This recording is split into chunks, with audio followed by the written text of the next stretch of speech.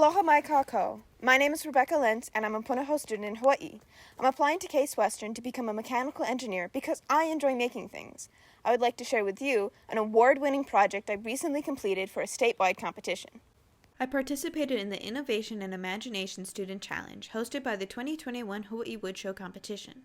I was given a bundle of locally grown wood donated by those in the community to create a project within a month. My engineering teacher, having seen my work in class and knowing my interest in woodworking, encouraged me to enter the competition to get a new experience by working with local woods.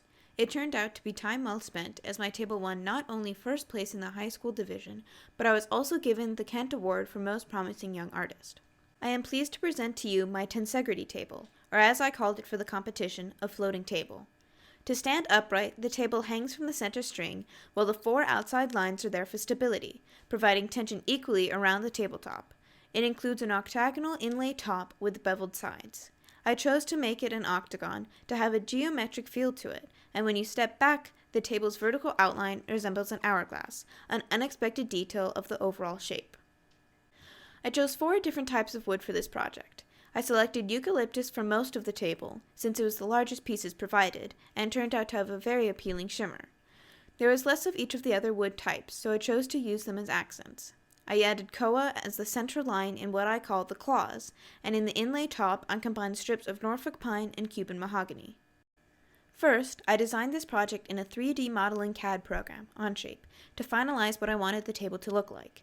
Then, after cutting out the base, claws, and top, I worked on the inlay. This was my second time doing wood inlay. First, I opted to use the school's CNC router. Unfortunately, the CNC broke down that day, so I switched over to the router table. After cutting each inlay strip, fitting and gluing them in place, I sanded the top to a smooth surface. The end result is the lovely geometrically decorated face you see here.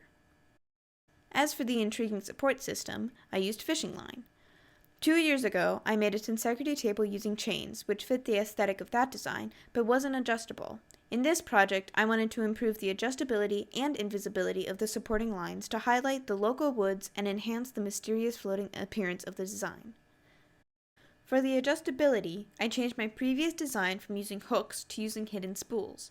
I cut these metal spools on the lathe, then attach them with center screws so that when these screws are loosened, I can make small changes by tightening or loosening the spool without undoing the entire table. I love the basic design of the tensegrity table because it often takes multiple looks to understand how it really works, and figuring out the technical aspects of the table was a joy. This woodworking competition was a great opportunity for me to use locally grown wood to create a beautiful piece I'm really proud of. Mahalo nui loa for your consideration.